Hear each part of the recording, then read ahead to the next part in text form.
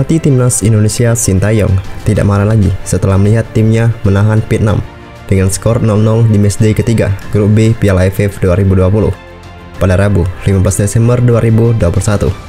Kali ini juru taktik asal Korea Selatan itu bangga melihat perjuangan Alfreanda Dewanga dan kawan-kawan dalam menahan gempuran Vietnam racikan Park Hang-seo. Bermain di Stadion Bishan, Singapura, timnas Indonesia sepanjang laga tampil di bawah tekanan.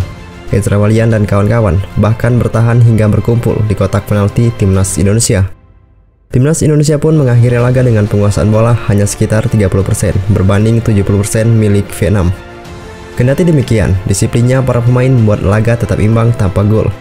Tercatat skuad asuhan Park Hang-seo membuat 21 tembakan sepanjang laga. Uniknya dari 21 tembakan itu, hanya satu di antaranya yang mengarah tepat ke gawang timnas Indonesia yang dikawal Nadeo Argawinata. Hal ini tentu menunjukkan Sintayong sangat cerdas dalam membentuk benteng kokoh di depan Nadeo. Dalam laga itu, Sintayong mengandalkan pola 5-4-1. Dalam pola ini, ada 3 bek tengah yang turun, yakni Rizky Ridho, Alfreanda Dewanga, dan Fahrudin Arianto. Mereka tampil sangat kompak dalam menggalang pertahanan. Sintayong mengatakan ini merupakan hasil dari apa yang telah disiapkannya sejak pertama kali melatih timnas Indonesia pada 2019 yang lalu.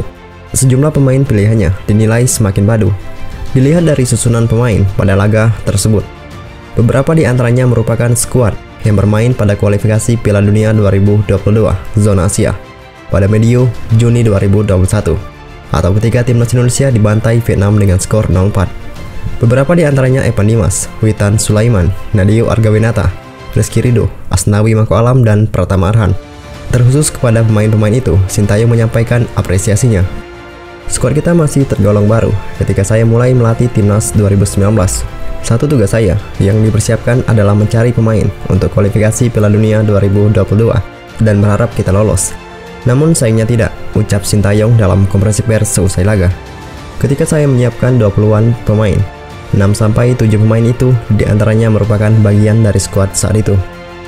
Mereka bermain sangat baik di laga kali ini, lanjut pelatih yang memimpin skuad Korea Selatan di Piala Dunia 2018 tersebut. Saya bangga dengan mereka. Kemampuan para pemain pun semakin meningkat dan para pemain berusaha memahami taktik dari saya. Saya bangga kepada mental dari para pemain, ucapnya. Satu hal yang pasti, hasil 0-0 kontra Vietnam merupakan hasil positif bagi timnas Indonesia. Setelah melewati 3 pertandingan, timnas Indonesia duduk di puncak klasemen Grup B Piala AFF 2020 dengan 7 poin. Sama persis dengan Vietnam di tempat kedua.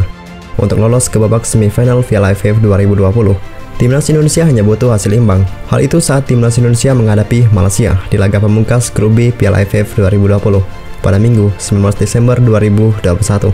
Semoga timnas Indonesia memberikan hasil yang terbaik ketika menghadapi Malaysia nanti, agar bisa lolos ke babak semifinal Piala AFF 2020 dan berapu timnas Indonesia.